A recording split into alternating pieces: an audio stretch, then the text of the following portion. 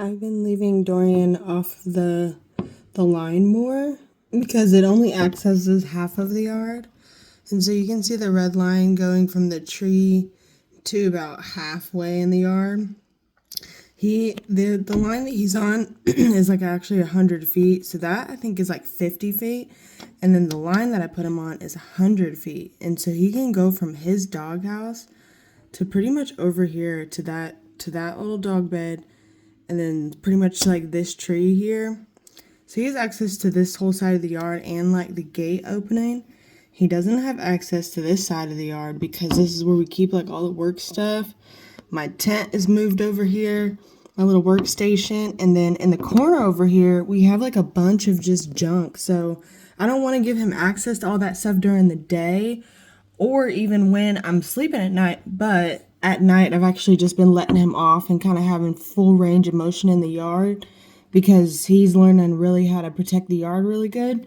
And so I want to kind of give him more freedom on that. But what I did notice is that when I leave him, or when I leave during the day, and like sometimes I will put him on the line and sometimes I won't, is that as soon as I get in my car and start it up, like I can be sitting in my car and not start it up, but as soon as I get in my car and start it up, he goes right into his little house. Like he's like, oh, mom's gone, I'm done. Like he literally only stays out in the yard when he knows that I'm here.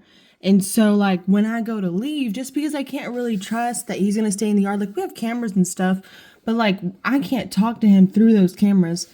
Only a couple people have access to our cameras. And so I'm just like, when I leave, I want to make sure that he does stay in the yard. So I really only put him on the line when I leave or when I have like a long night. And I know that I'm going to be gone for a long time throughout the night because he'll leave the yard and try to come search for me.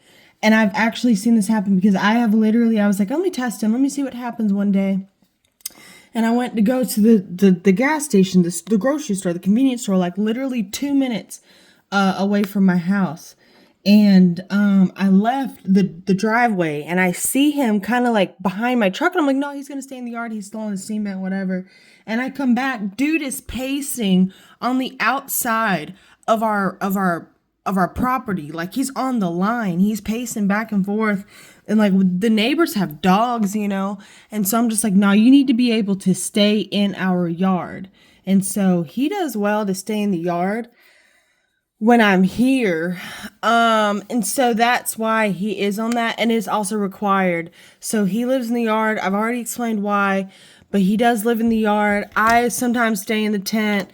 And what he'll do is, maybe he'll sleep in the tent with me. Maybe he'll sleep in his little house, or he'll like find a little patch of grass right outside my tent. Doesn't really matter. Okay, hold on.